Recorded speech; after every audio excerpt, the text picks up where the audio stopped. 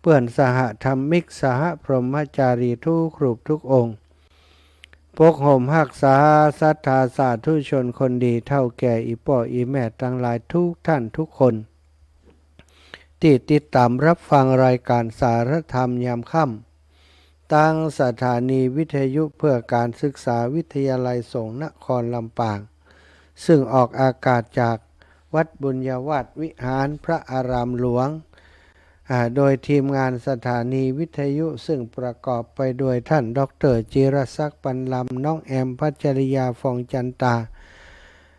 น้องนัทสถาพรสุตาคำน้องดิวอนุพงษ์ตาจินะท่านดร.จิรศักดิ์เป็นผอ.น้องแอมเป็นเจ้าหน้าที่น้องนัทน้องดิว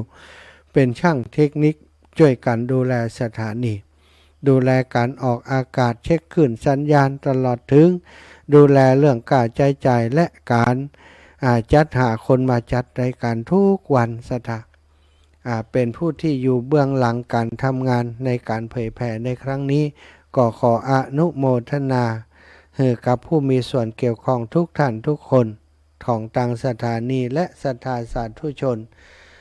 ที่ติดตามรับฟังรายการทุกท่านทุกคนพบปะกันวันนี้วันที่28วันพฤหัสบดีแฮม4ค่ำเดือน6เดือนเหนือเดือน4ใต้ศรัทธาญาติโยมทั้งหลายได้มาพบปะครับอาตมาภาพพระมหาสมชาติชาตปัญโยวัดบรรพตสถิตอำเภอเมืองจังหวัดลำปางรับผิดชอบดำเนินรายการอาตมาจะจัดรายการวันจันทร์19 ถึง 20 นาฬิกาช่วงของตอนเย็นวันอังคารก็เวลาเดียวกัน19 ถึง 20ตัง106.50 ถึง 22ตังวิทยุคลื่นสีขาว8จังหวัดภาคเหนือแล้ววันพฤหัสบดี19 ถึง 20 นาฬิกาเวลานี้เนาะสถานี 106.50 ของเฮานี้วันพุธก็เช่นวันศุกร์และวันเสาร์ก็เช่นเดียวกันก็มาพบปะกันวันนี้จริงๆแล้วมีภาระมีธุระว่าจะไปงานศพแต่ว่าติดต่อคนที่มาจัดรายการคนนั้นก็บ่ว่างคนนี้ก็บ่สะดวกก็เลยต้องเข้ารายการเองศรัทธาญาติโยมกันเดียวก็คงจะสักครึ่งชั่วโมงเนาะ ได้ได้จ่าสักครึ่งชั่วโมงแล้วก็จะได้ไปทำภารกิจอื่นต่อไป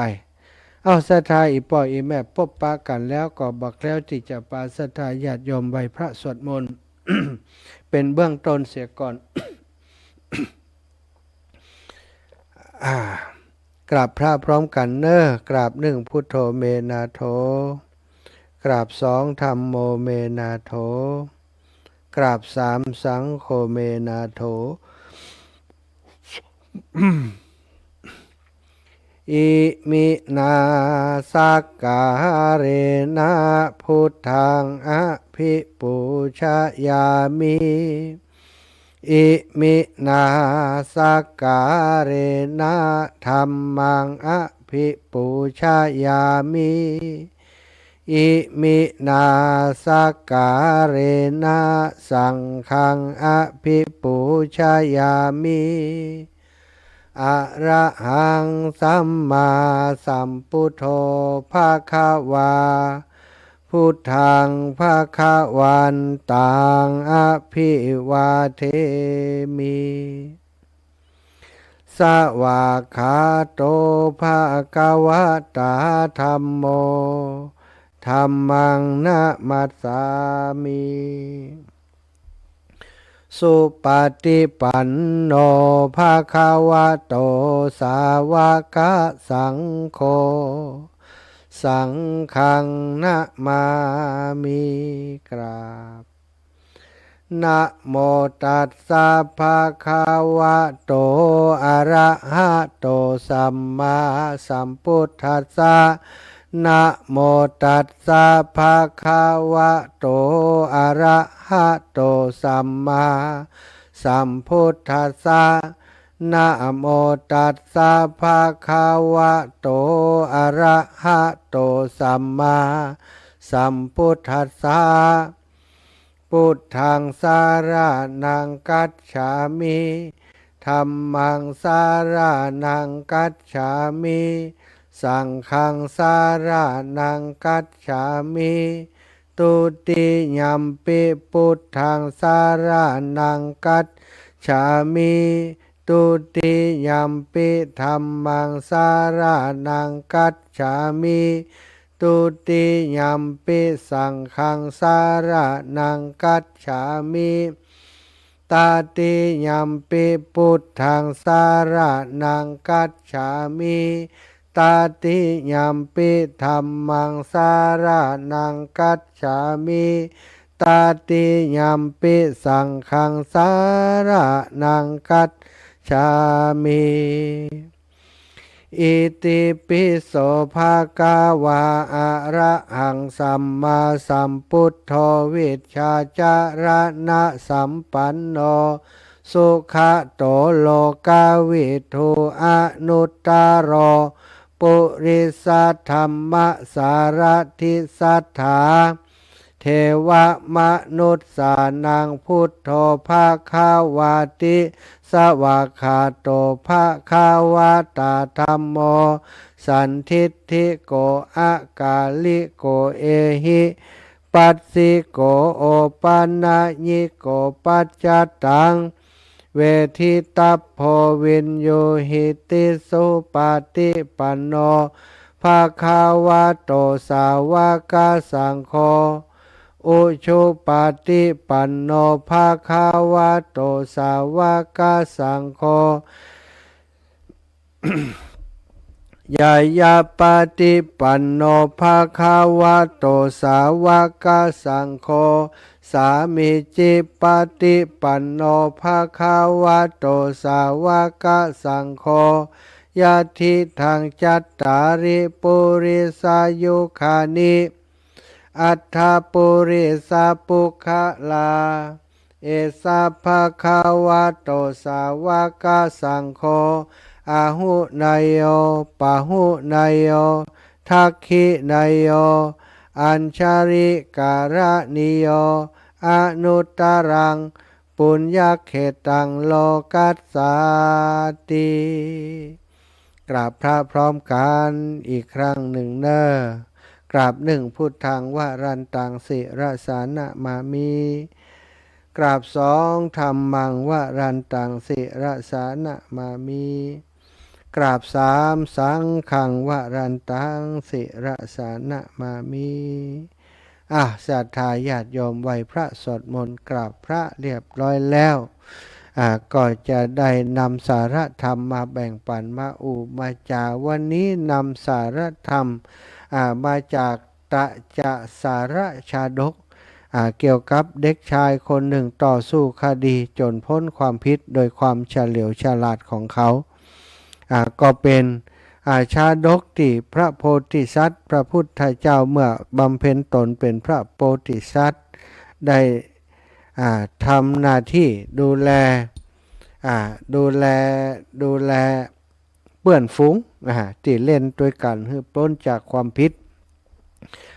ดมีอย่างพ้นใดอย่างใดสัทธาพระโพธิสัตว์เกิดเป็นเด็กอยู่ในตระกูลกุดุมพีคนร่ำคนรวยในหมู่บ้านแห่งหนึ่งในนครพาราณสีได้เป็นหัวหน้าเด็กๆในหมู่บ้านนั้นวันหนึ่งก็พากันไปเล่นกับเพื่อนอยู่ที่ลานกลางแจ้งเล่นจับกันเล่นอย่างกันไปในระหว่างนั้นมีคุณหมอท่านหนึ่งเป็นหมอรักษาโรคหลายอย่างศรัทธาญาติโยมวันนั้นเนี่ยไปรักษาโรคขึ้นบันนั้นลงบันนี้ขึ้นบันนี้ลงบันนั้นบ่มีไผมาทำการรักษาเลยวันนี้บ่ได้ค่าจ้างในการรักษาคนไข้เลยจะทำอย่างได้จะเอาอย่างมากินนะ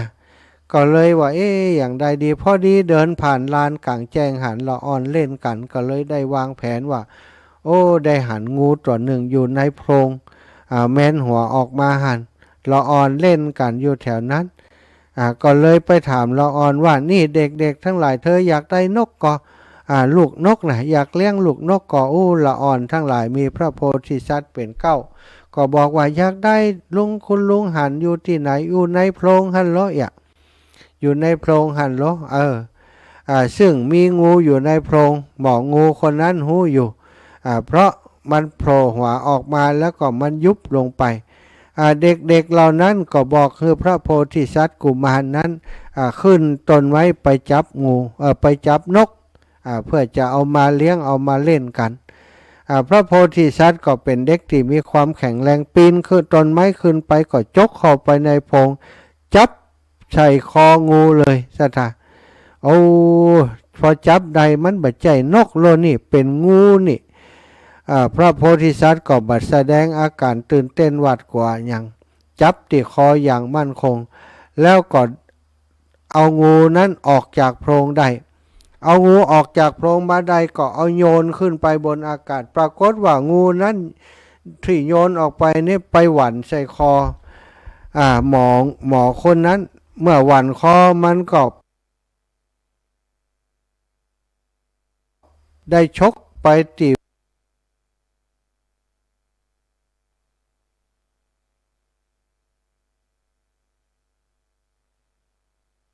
คือละอ่อนจกเข้าไปในโพรงแล้วก็งูจะได้ชกละอ่อนตีมือเมื่องูชกละอ่อนได้ล้มลงไปแล้วเขาจะได้บอกคือญาติทั้งหลายว่าเขาเป็นหมอที่สามารถรักษาได้อาจจะได้รักษาและจะได้รางวัลความคิดของหมอเป็นอย่างนั้นแต่เหตุการณ์ผิดพลาดไปละอ่อนบ่ได้พระโพธิสัตว์นั้นบ่ได้ถูกงูชกไปบ่ปอเนี่ยดึงงูออกมาได้เก่าเฟี่ยงไปในอากาศบังเอิญว่าไปตกลงใส่ที่คอหมอพอดีมันก็เลยชกหมอก็ตายคำที่หั่นละอ่อนก็ล่นไปมุงพอที่หมอตายคนตั้งหลายหันละอ่อนไปมุงคุณหมอคนนั้นแล้วก็หันหมอตายก็ใช้โทษว่าละอ่อนมูนี้นะเป็นคนที่ฆ่าหมอเอางูมาคบกัดหมอซึ่งเขาบ่ได้หันเหตุการณ์แต่แรกพระโพธิสัตว์นี้หันเหตุการณ์หรือว่าอยู่ในเหตุการณ์แต่แรกก็บอกว่าเอาหมู่เฮาทั้งหลายบัดต้องตื่นเต้นบัดต้องตกใจเนอะตอนนี้เฮาทั้งหลายถูกคนใหญ่จับไปส่งพระราชาพวกเปื่อนทั้งหลายบัดต้องทำนาเศร้าซอยหมองเหงาหงอยอย่างทำนาเบิกบานไว้เฮาจะต้องหลอดเพราะเฮามีความผิดอย่างบอกให้เปื่อนทำนาเบิกบานลื่นเลิงกันไว้อูจากันเป็นปกติถูกจับไปต่อหน้าพระพักพระราชาพระราชาแปลกใจว่าละอ่อนมูนี้โดนจับมาในข้อหาว่าฆ่าคนตายแต่ทำไมสีหน้าบ่เหมือนคนที่ฆ่าคนตายบ่มีความวิตกกังวลซ้ำยังลื่นเลิงบันเทิงใจอยู่ตัวก็ได้ถามพระโพธิสัตว์ไปพระโพธิสัตว์ก็ได้เล่าเรื่องราวทุกประการให้พระราชาฟังพระราชาพอได้ฟังอย่างนั้นก็บอกโอ้คุณหมอคนนี้เป็นคนบดีแล้วนี่สมควรแล้วฮือทุกแก่ท่านทุกนั่นถึงตนได้ตายไปเพราะตัวเองแต่เลยว่านี่ศรัทธาญาติโยมทั้งหลายมีอย่างเกิดขึ้นกับเฮาก่อนแล้วแต่ถ้าเฮาบ่มีความผิดบ่ต้องไปกลัวมันต้องบ่ตื่นเต้นต้องบ่หวาดกลัวต้องมีความมั่นใจเหมือนกับพระโพธิสัตว์และเด็กทั้งหลายที่ได้เล่าไปคนฉลาดจะบ่แสดงอาการหวาดกลัวให้ศัตรูได้หันหรือว่าจงยิ้มไว้เมื่อภัยมาเมื่อภัยมาถึงจงยิ้มไว้มีสติตั้งสติไว้ก็จะปลอดภัยในที่สุดศรัทธาญาติโยมอู้จากันมาพอสมควรณเวลานี้เนาะศรัทธาอีป่ออีแม่ทั้งหลายก็อยากจะแจ้งให้ศรัทธาญาติโยมได้รับทราบวันที่8ที่จะถึงนี้เป็นวันรดน้ำดำหัวครูบาอาจารย์ขึ้นสีขาวและพระนักจัดรายการ106.50 เมกะเฮิรตซ์ของเฮานี้ทุกรูปทุกองค์เนอะครูบาอาจารย์ที่จัดรายการด้วยกันก็ขอนิมนต์ทุกรูปทุกองค์มาร่วมกิจกรรมรดน้ำดำหัวครั้งนี้จะมีการถวายจตุปัจจัยทายธรรมดำหัวครูบาอาจารย์โดยซึ่งตอนนี้ได้แจ้งได้ประกาศไปว่าเป็นเจ้าภาพกันสั่งที่ถวายครูบาอาจารย์ชุดละ1,000 บาทก็มีศรัทธาญาติโยมได้หายได้หอมมาบัดเดียวนี้ได้อยู่23 ชุดแล้วศรัทธาตะกี้แม่โยมแม่น้อยอินยาศรีก็โทรมาอีแม่เป็นเจ้าภาพ1 ชุดแม่จงดีเชื้อกันทาพร้อมญาติธรรมเมืองฝาง3 ชุดแม่ปาวารีอินสุวรรณ ร้านสีนวลปลาสวยงามบิ๊กซี2 ชุด 2,000 บาทแม่อัมพรแสบูแม่อุ้ยอินชัยอุด1 ชุด 1,000 บาทปอดาบทองหล่อแม่นุชหันฟ้าเลื่อนแม่ครูพี่น้องบ้านแม่ปุ่มหลวงแม่ปุ่มสันติสุข1 สังแม่จันเรือนใสพร้อมกับญาติพี่น้อง1 สังนะแม่ศรีสุรินทวงศ์ยอมแม่โดยแม่ศรีสุรินทวงศ์ไผ่ก็ที่จะหอมด้วยแม่ป้าจานเจ้าไผ่ก็ป้าจานเจ้าไผ่ก็แม่ครับแม่ครับแม่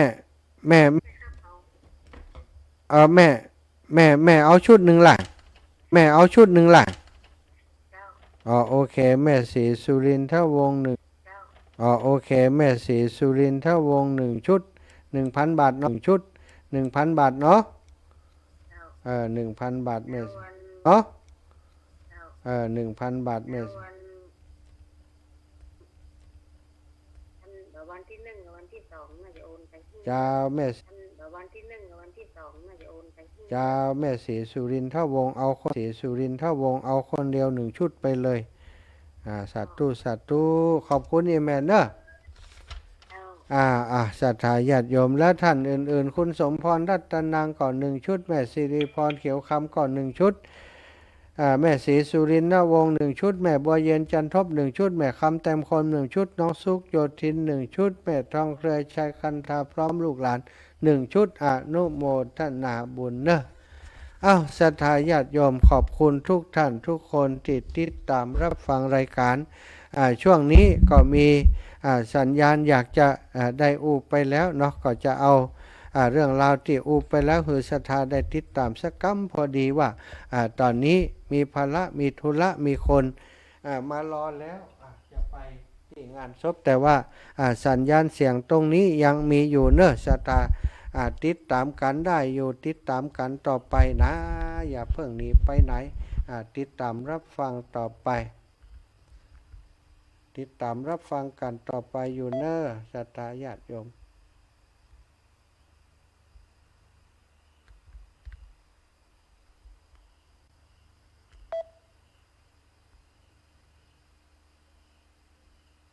ในครอบครัวขึ้นสีขาวก็จัดกันทุกปีศรัทธาญาติโยมทำไมจะต้องจัดก็เพราะว่าหมู่เฮานี่ก็ฟังที่ครูบาอาจารย์เปิ่นจัดรายการก็อยากจะรดน้ำดำหัวเปิ่นอยากจะพบปะเปิ่นบางพ่องก็เตี้ยวไปสมัยก่อนเมื่อเฮาบ่ได้รวมกลุ่มรวมทีมกันจัดกิจกรรมแบบนี้ศรัทธาก็มักจะเดินทางไปหาครูบาอาจารย์ที่เปิ่นจัดรายการนั้นไปดำหัวรดน้ำดำหัวก็ทำให้สิ้นเปลืองกายใช้จ่ายในการเดินทางศรัทธาครูบาอาจารย์10 รูป10 องค์ก็อยู่คนละที่ละแห่งถ้าเฮาเอารถไปก็วันค่ำกว่าจะได้กลับบ้านกลับจองการเดินทางก็อย่างว่านั้นช่วงเทศกาลก็อันตรายอย่างที่บอกไปถ้าหลังจากนั้นมันก็คลายความศักดิ์สิทธิ์ของประเพณีไปเปิ่นก็นิยมจะไปในช่วงเทศกาลนั้นในเดือนเมษายนนี้